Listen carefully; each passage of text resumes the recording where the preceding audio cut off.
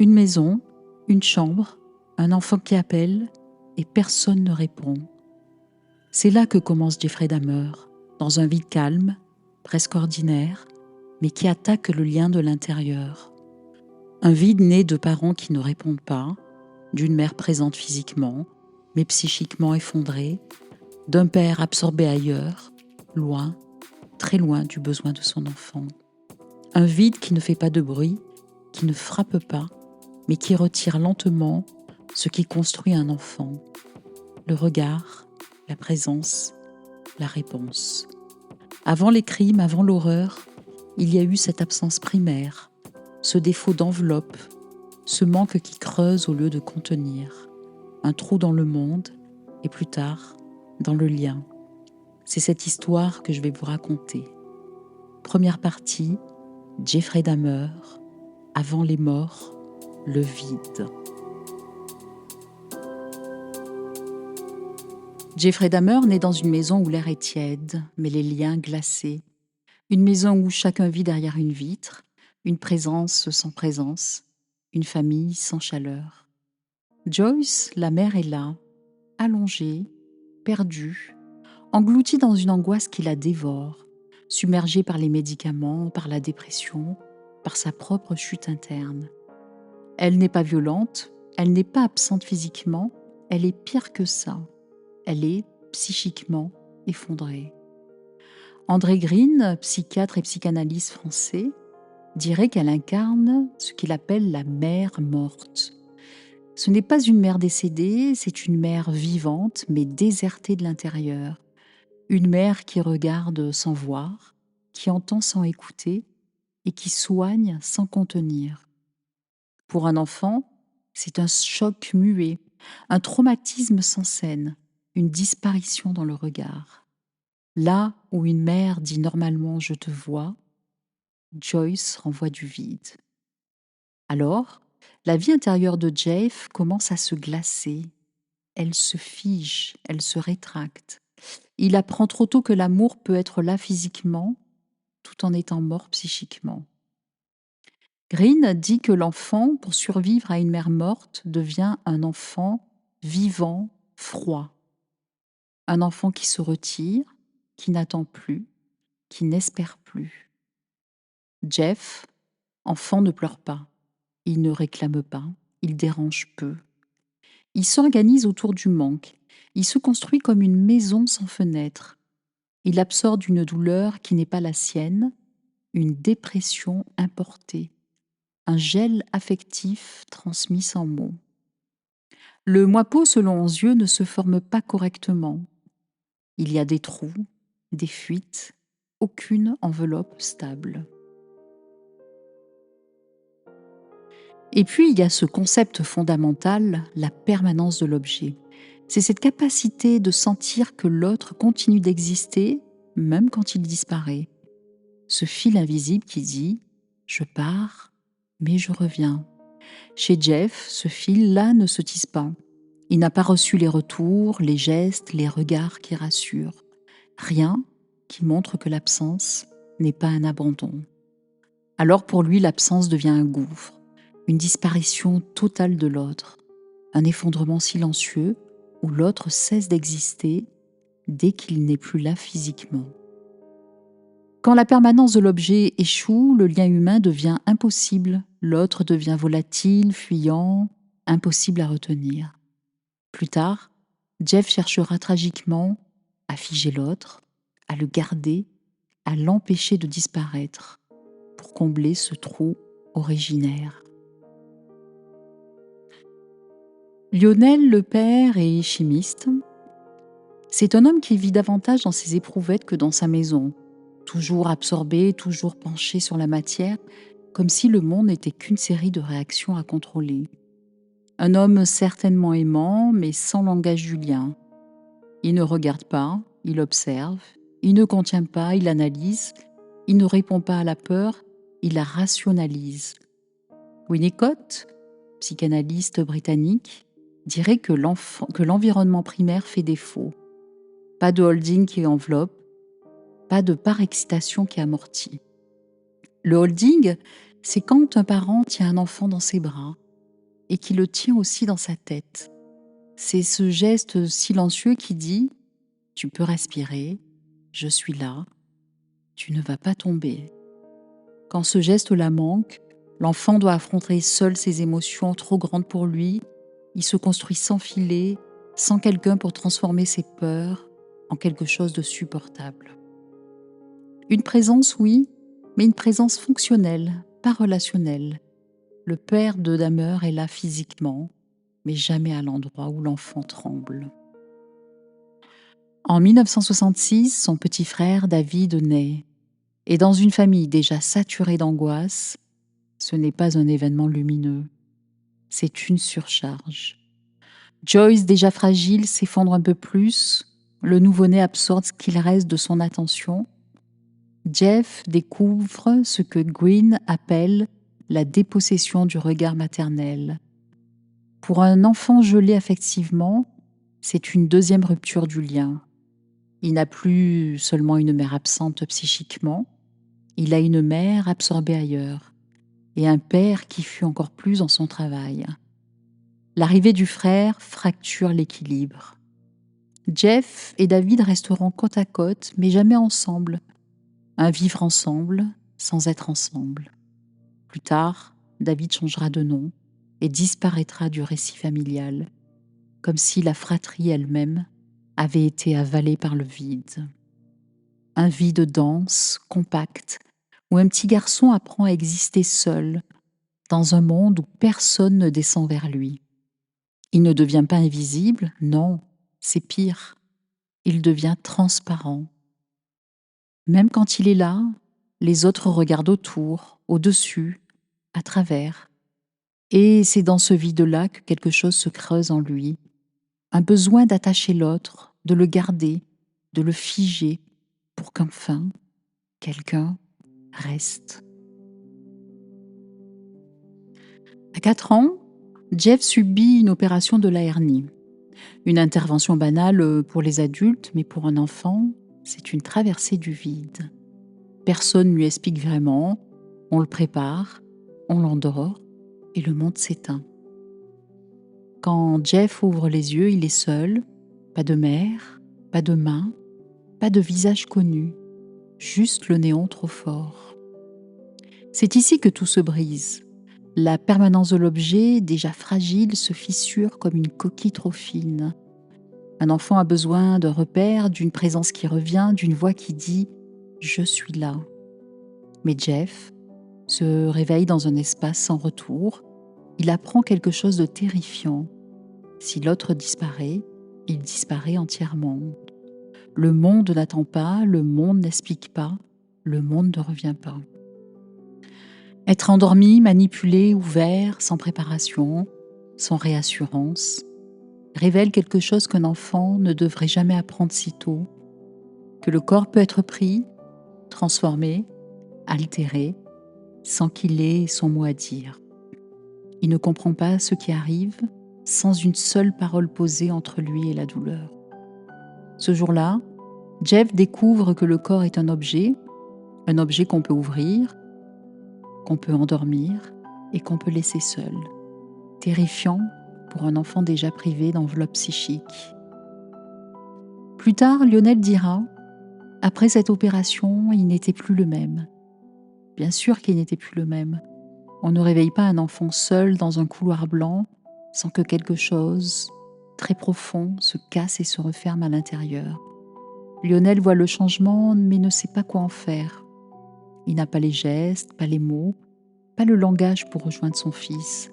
Alors, Jeff reste seul avec ce nouveau savoir que le monde peut s'éteindre, se rallumer ailleurs et qu'aucun visage ne garantit le retour. Cette scène minuscule est un séisme psychique. Un enfant déjà transparent devient un enfant qui s'efface lui-même.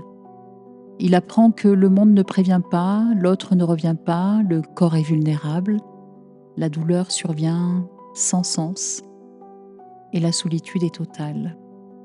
Cette opération devient une empreinte, une ombre, un geste inaugural. Le jour où, pour Jeff, le lien humain cesse d'être fiable et le corps devient une matière à contrôler. Il y a une autre scène, une scène qui en dit long. Jeff est encore enfant. Un jour, il montre un os trouvé dans les bois à son père. Lionel, biologiste de formation, ne voit pas le vide affectif derrière la trouvaille. Il voit une occasion d'expliquer. Il lui parle des tissus, de la décomposition, du nettoyage, des os blanchis et conservés. Il lui montre comment dissoudre la chair, comment garder un squelette propre. Pour Lionel, c'est pédagogique. Pour Jeff, c'est une initiation. Un moment partagé, le langage enfin commun.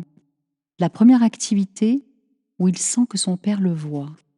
Mais ce langage porte sur la mort, sur l'immobile, sur ce qui ne part pas.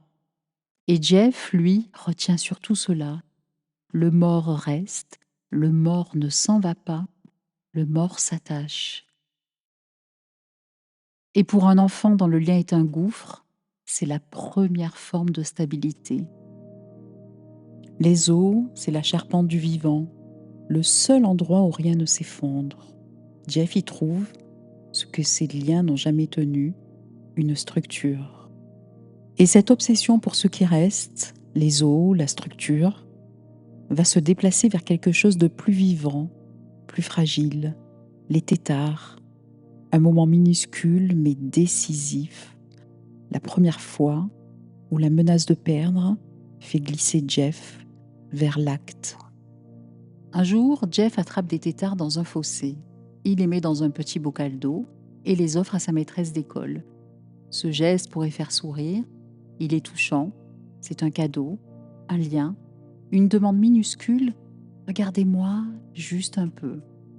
Mais la maîtresse d'école donne les têtards à un autre élève. Jeff le découvre et récupère le bocal.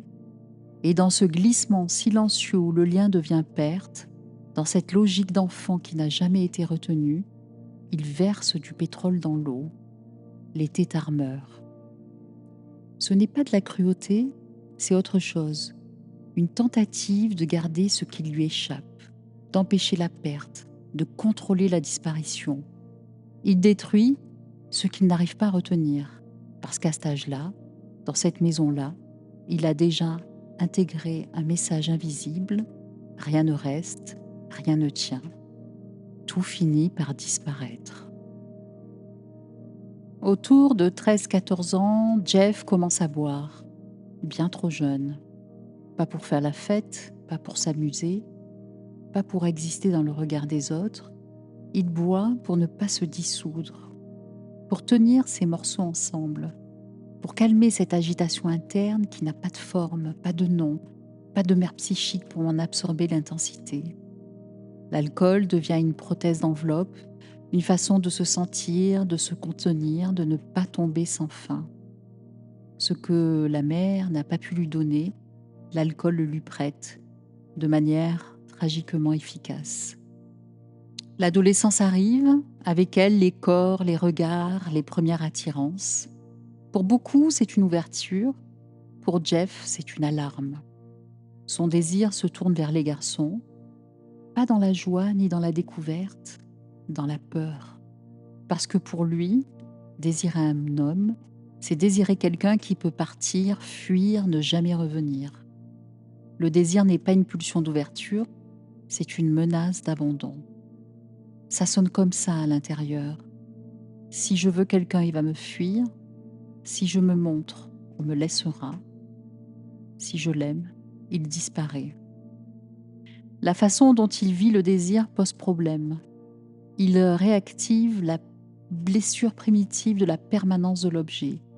Alors, Jeff fantasme des scénarios où l'autre est là, immobile, stable, sans fuite possible. Ce n'est pas de la violence, pas encore. C'est une tentative d'être en lien sans risquer l'effondrement. Un jour, Jeff vole un mannequin masculin en plastique dans un magasin. Un corps factice, rigide, sans regard, sans chaleur. Pour quelqu'un d'extérieur, c'est étrange. Pour lui, c'est vital. Il ramène le mannequin dans sa chambre, le cache, le serre contre lui. Ce n'est pas un geste sexuel, pas encore. C'est un geste existentiel. Le mannequin est là, toujours là. Il ne s'en va pas, il ne se détourne pas, il ne disparaît comme les autres.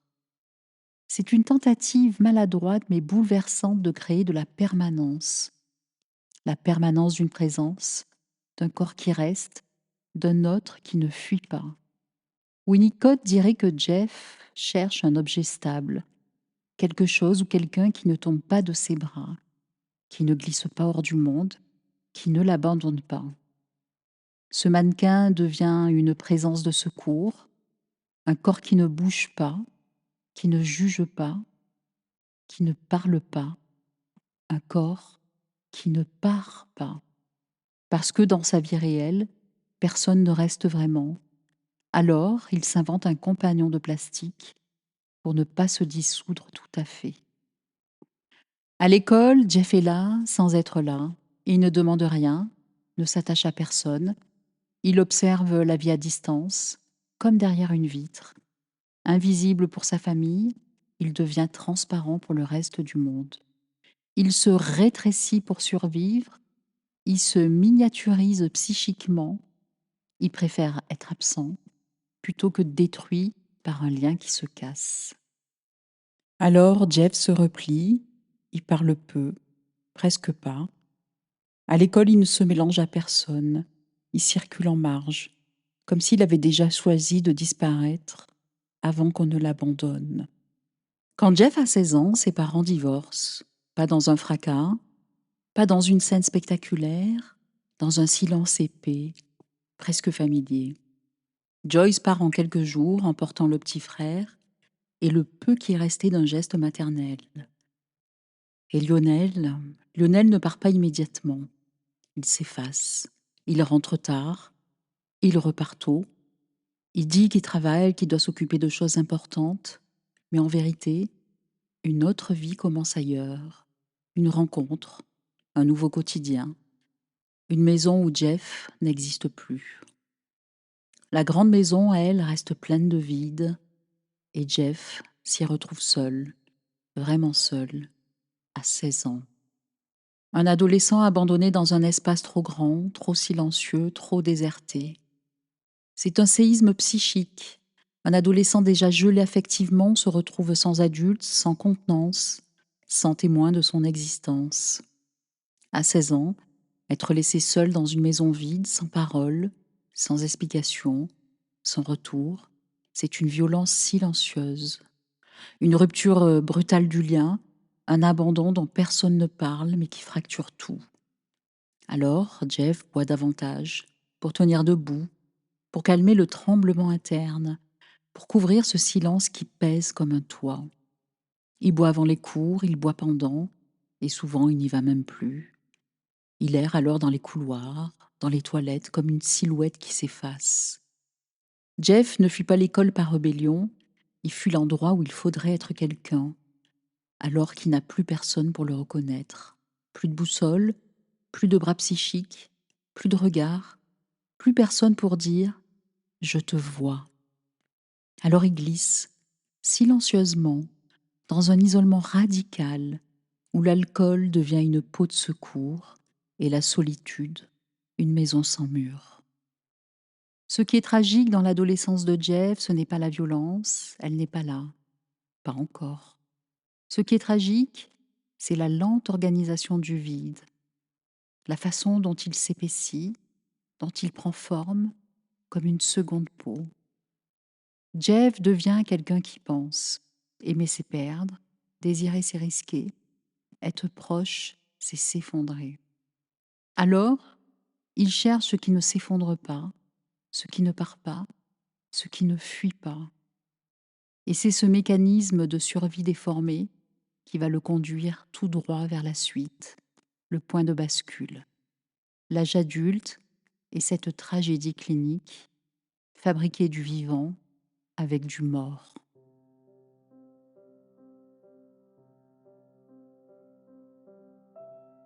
Et puis vient l'été 1978. Jeff a 18 ans, un âge où la vie commence pour les autres, mais pour lui, elle s'effiloche. Il va au lycée par intermittence et surtout, il erre. Il tourne en rond autour de la grande maison vide, il traîne dans les rues, dans les chemins qui bordent la ville, il marche. Puis parfois, il monte dans la voiture familiale et, sans savoir où aller, il roule. C'est la dérive typique de l'adolescence effondrée. Il ne cherche rien, il ne va nulle part, il s'échappe juste de lui-même. Et c'est dans cette errance-là, un après-midi de l'été 78, qu'il aperçoit un jeune homme marchant au bord de la route, le pouce levé. Steven X, 18 ans, vivant, souriant, lumineux. Jeff s'arrête et lui propose de monter. Puis l'invite à boire un verre chez lui. Steven accepte naturellement. Ils parlent musique, ils boivent une bière, c'est léger, simple, une petite bulle d'humanité dans un désert affectif. Puis Steven dit « Je dois y aller maintenant ». Il se lève, il s'apprête à partir, un geste banal, mais pour Jeff, c'est la réactivation d'un gouffre, la présence qui s'éloigne, le lien qui se défait. L'angoisse archaïque revient. Si l'autre s'en va, je retombe dans le néant. Il ne réfléchit pas, il agit, un geste court, brutal, criminel. Il attrape une haltère, il frappe Steven, puis l'étrangle. Ce premier meurtre n'est pas prémédité, ce n'est pas une entrée en scène, c'est une rupture, le moment où son vide prend le dessus. Ce meurtre inscrit en lui une équation dévastatrice. Si l'autre part, je m'effondre. Si l'autre reste, je survis. Et pour le faire rester, je dois le figer. Après, il reste près du corps, sans comprendre, sans fuir, sans penser. Puis il cache. Et là, son geste suit un chemin qu'il connaît déjà. Il découpe comme il a appris avec son père. Quand enfant, Lionel montrait comment ouvrir un animal mort, comment nettoyer, comment séparer les parties, comment voir ce qu'il y a dedans. Un geste ancien, déplacé, transposé du monde animal au monde humain. Il détruit les os, écrase ce qu'il reste, efface ce qu'il peut. Il découvre que le mort ne part pas. Et c'est ce savoir morbide, ce savoir tragique, qui restera comme la première pierre de sa dérive.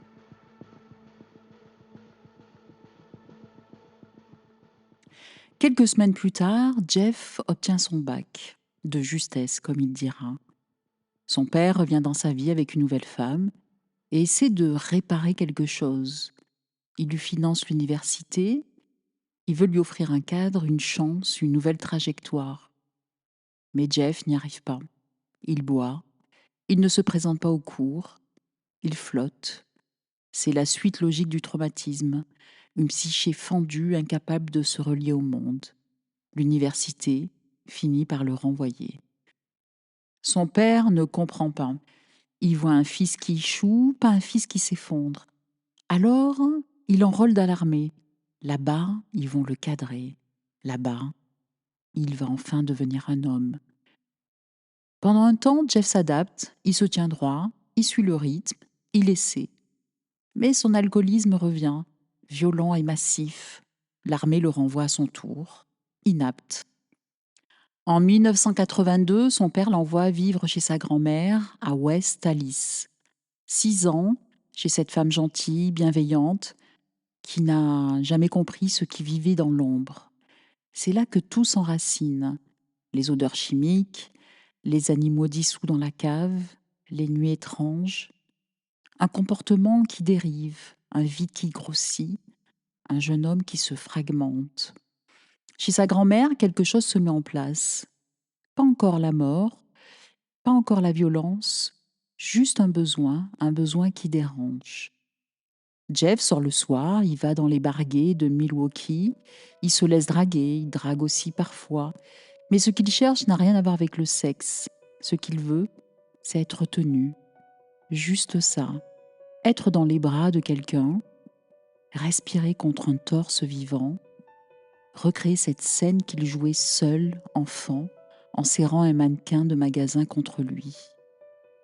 C'est la tentative la plus tragique pour retrouver une présence qui ne brûle pas, une chaleur qui ne le quitte pas.